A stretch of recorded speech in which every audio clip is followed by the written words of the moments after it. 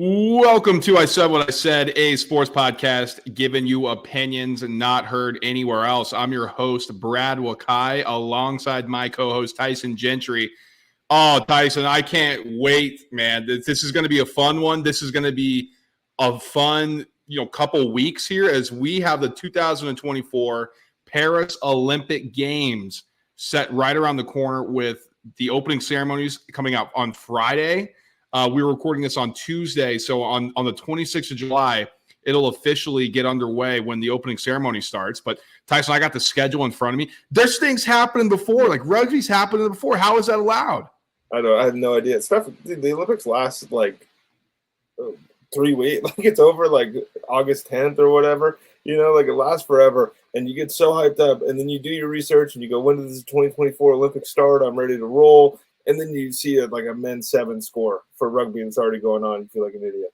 Well, what the hell? If you're gonna if it's opening ceremony, have the opening ceremony, then start the games. It's got to be friendlies, right? Like it's got to be like how the basketball and somebody that's smarter than us. Let us know if we're misinterpreting this. We've been known to do that a time or two, but that's sure what the internet makes it look like. Yeah, I'm seeing handball women's preliminary starts on 7:25. Like, are they still trying to qualify? Maybe that's the case. But the pool round of rugby literally starts on Wednesday, the 24th. So if by the time you're listening to this, you'll probably be missing this. And a men's another pool round placing in quarterfinals. Rugby's going to be done before the opening ceremony, basically. That would be like the best way to take in the Olympics as an athlete. You just get everything done, and then you get to chill in the village, for the next 10 days while everyone else is like grinding and working. Yeah, that's the way to do it. And there's some other grinding going on in the Olympic Village, I'm sure, just based on some of the stories that are coming out. Yeah, that's what they say. So we're going to talk about our favorite events. We're going to do some preview stuff. Take a look at different angles on the medals. If we're taking anybody, we'll throw out some money-making time. I'm going to place some bets throughout this whole thing. Then I moved to the state of Arizona. I can have these markets, unlike in the state of New York in the past. So I am pumped up for this one. It's my favorite, one of my favorite events on the calendar, the Summer Olympics. I like it more than the winter. I know some people differ. Where do you stand on that, Tyson? How much are you going to watch? Like, what's your calendar viewing schedule going to be?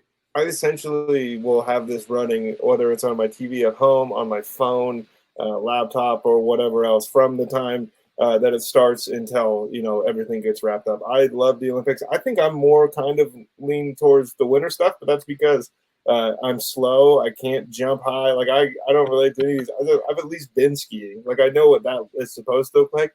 Also, being from Montana, we get at least some representation occasionally in the Winter Olympics. Nobody's really out here in the summer. I think maybe there's one or two this year. So I think I lean winter. But dude, this is because the thing about the Olympics, people, even if you don't think you care about it, you're going to find yourself with some patriotism, some national pride that you didn't even know you had. And then you're yelling at the screen because you just cannot let Belgium win this round of handball or whatever it is. Oh, I'm excited. It always happens, and I always watch things that I, never knew about, and then all of a sudden I'm into it, and I'm getting devastated when the guys I like and the girls I just found out about that I like, that they're eliminated, and I'm feeling bad for them. Like, it's just the best. So, what are some of the most memorable moments that you've had from the past, from the Olympics? I mean, it's for me. I have a few. Like, what is it for you? The first thing that comes to my mind, actually, there's two. One is Paul Hamm, and I don't remember if that was 2004. I think as a gymnast, and I don't even remember what he did, but I just remember being just in love with like this dude is Paul Hamm and cheese. Like this is the funniest thing ever, and he's dominating everybody. That's the first thing that comes to my mind. The second. And like I guess the real answer is the comeback from Phelps and the 4x1 team when he gets to the wall like 0.0001 before was it France? I don't even remember really, but that was the one to win him the ultimate gold medal, right? To pass Mark Spitz, and that was the one he needed.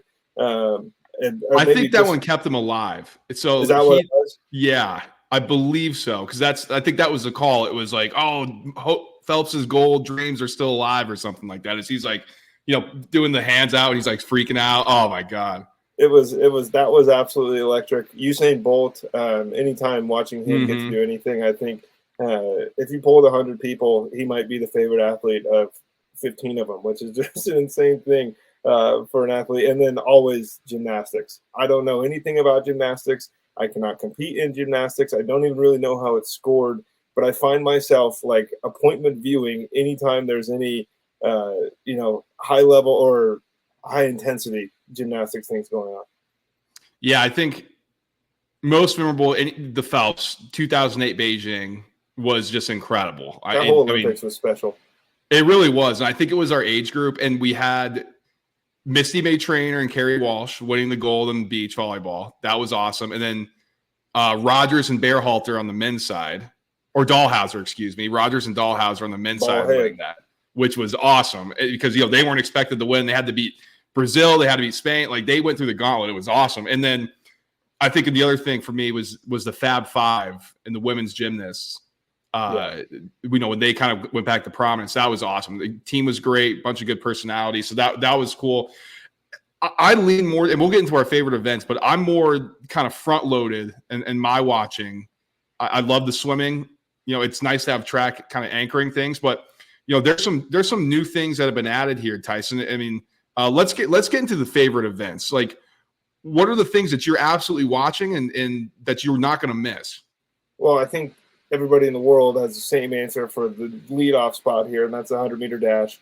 That is like the it's so funny to me that they do these every year. Like, there are world championships all the time in this stuff, but nobody's really paying that attention unless like track is your thing, which if it is, that's awesome. Please tell us who's going to do well, because we're just kind of blindly looking at these things and looking at it's like horse betting when you haven't actually watched him run before. We're just like, oh, his time was good. But I think the 100 and the 200 on the men's side, I really like the relays as well. I'm excited to watch the women in the track events. I think throwing is probably the one thing, Brad, in the Summer Olympics that I just have never found myself really like making a point to sit down. But I think it's the pacing of the whole thing. I like them all, dude. Like, I'm watching diving. I'm like, that guy splashed. Yeah. Like, this splash was too big. That guy's an idiot. You wasted 4 years. No, there is like some. I think the beautiful part of the Olympics is like it's so much more final than the end of an NFL season or an NBA season or whatever else that you're watching, because like for most of these people, this is the end of the road. This is the last real big athletic event that they're going to get to compete in, and so anytime that you can get an underdog story, I don't care where they're from, it is the best. With that said, swimming's my number one. Like, that's my favorite in the Olympics. Probably track I would put two. Butterfly always enthralls me, just because I think for normal mortals, like, that's crazy and tough. But I love the medley events too when they do all 4 strokes. So I think 200-meter butterfly probably, and I do like in the 200-meter IM medley, like the IM. That's like my favorite stuff. I love that. Track and field. Anything hurdles, men's and women's side, obviously 1 and 200 and the 400.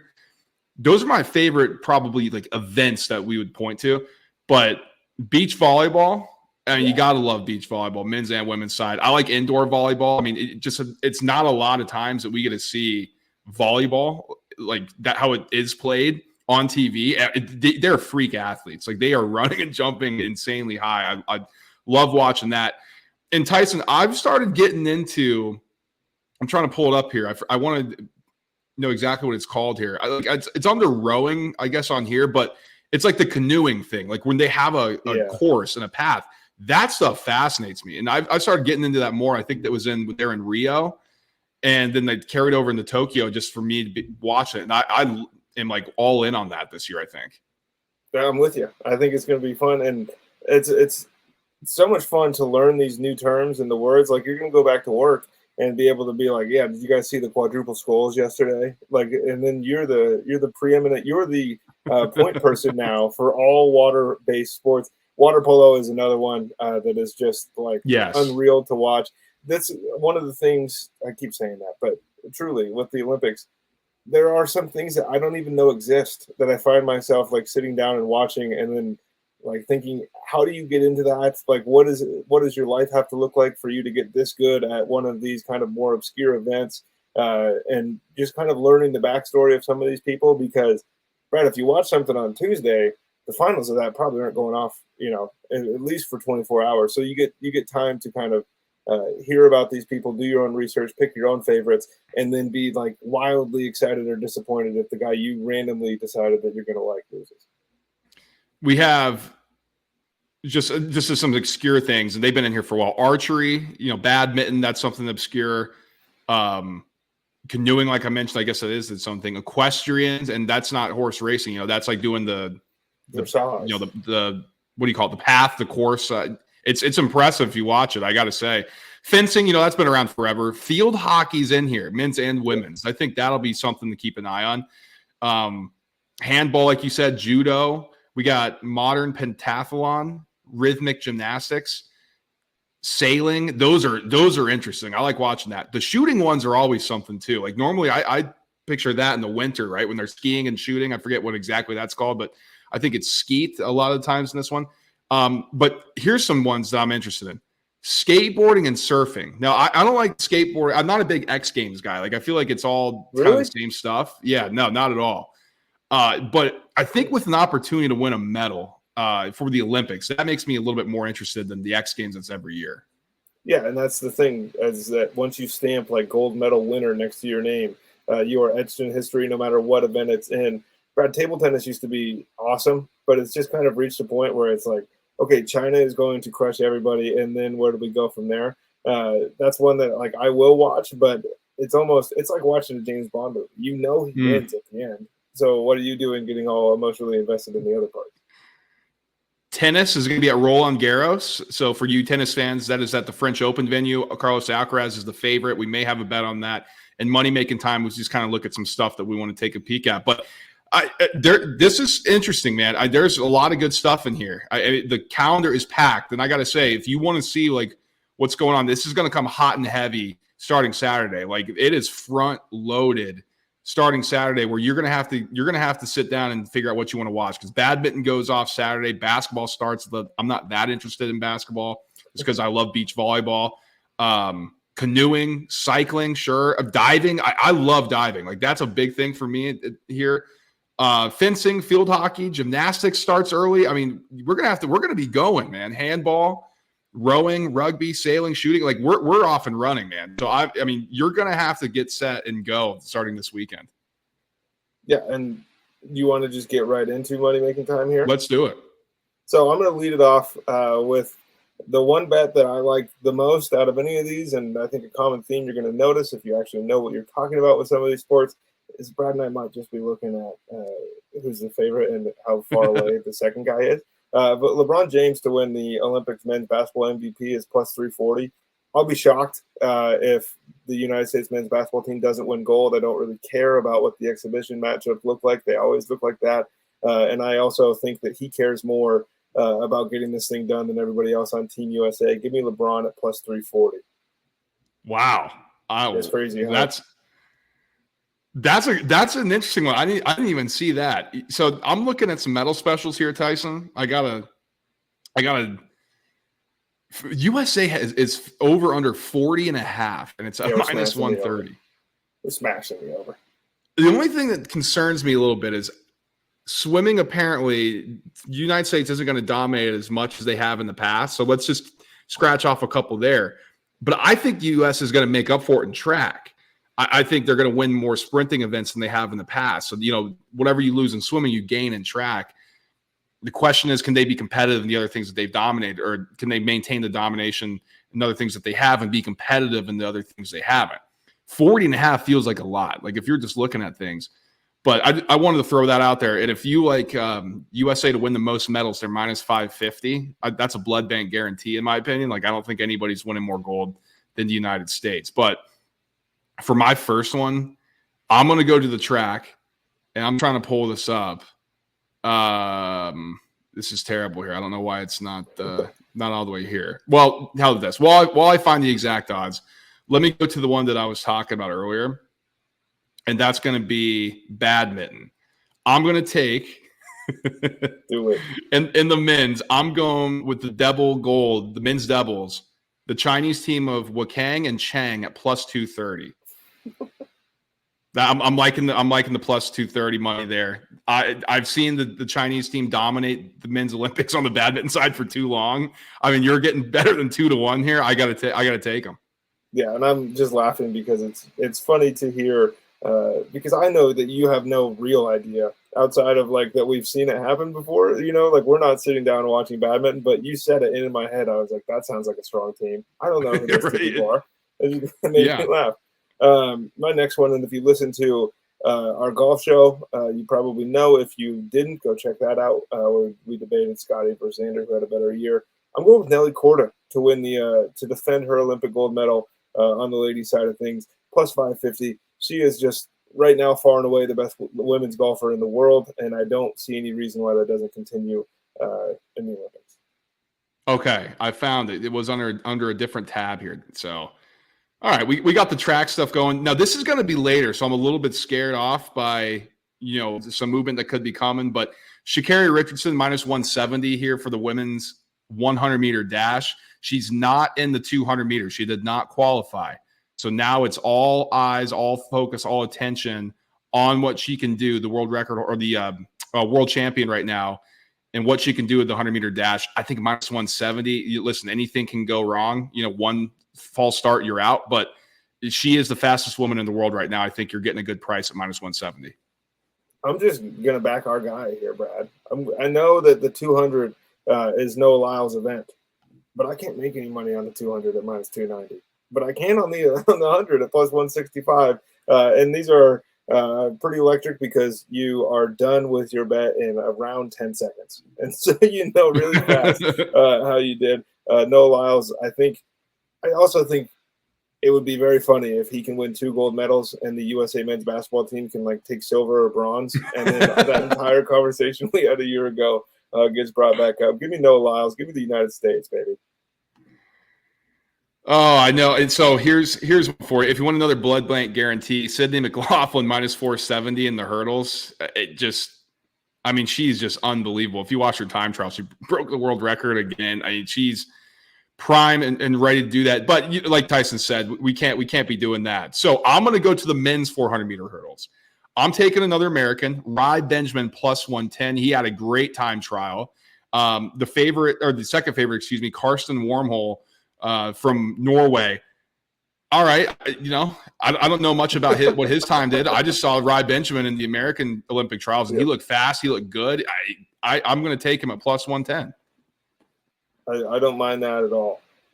One here that I'm going with just off of strictly gut instinct, and I have no idea what the numbers support on this. I don't know how the home country normally does as far as medal count goes, but I see France's numbers set here in total gold medals of 24.5. Typically, I'd say no way, right? But it's plus 122. It's home field advantage. I'm going to take it mainly because I don't even know. Like if Pavone comes out and wins golf, does that put them over? Do they normally win 24? I should have done some research. But you're giving me a plus number on this thing. I'm taking the home team. That is pretty much all that I'm truly can give out right now. I got to dive into this stuff. I'm looking at some of the Olympics. All around, Japan's the favorite. USA plus 470. I think honestly, if I'm looking at this, it's hard for me not to go with Japan at plus money here for the all around.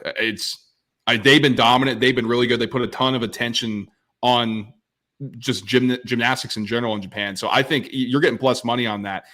They're probably going to win. So that's something here. But am I ready to pull the trigger on that? No, but that's one of the ones I'm leaning towards. Yeah, and go find yourself a book that you can parlay Katie Ledecky to win the 800-meter freestyle and the 1500 because it's free. I don't know what number you're getting with those parlayed, minus 350 maybe, but there are some events here, Brad, where it's just kind of like we're waiting for to be able to crown the person that we knew was the best the whole time. All right. Well, that's our Olympic preview. We can't wait for this, man. I'm pumped. I know you are. This should be a fun week and a half, 2 weeks, let's just say, because I think the United States athletes are going to show well. I think this is going to be well done over in Paris. I hope there's no shenanigans from an international standpoint. Everybody, not to get political here, but, everybody's just hoping with the landscape of the world that everything's fine. It's normally when things get put and conflict gets put aside. So let's hope that maintains itself here. So let's just hope that it's all about the athletes, and we see a good showing from the United States on the athletic front. Yeah, we could use one, Brad. That's for sure. So like, subscribe, and share the show. If you're wondering about any golf stuff before they tee it up, go check out the podcast we just did. If you're wondering who had a better year, Xander or Scotty, we told you on that one. And then next week, we're diving right back into football. Like, we got previews coming out. It's ready. We gotta get our ass in gear. We're gonna go on that. And so that's why you got to stay subscribed so you don't miss a thing as we get you ready for the gridiron starting soon, as fall is right around the corner. I can't believe we're saying that. So we'll talk to y'all next week, guys. Hope you enjoy the Olympics. Let us know what you think in the comments. And until we talk to you guys, peace.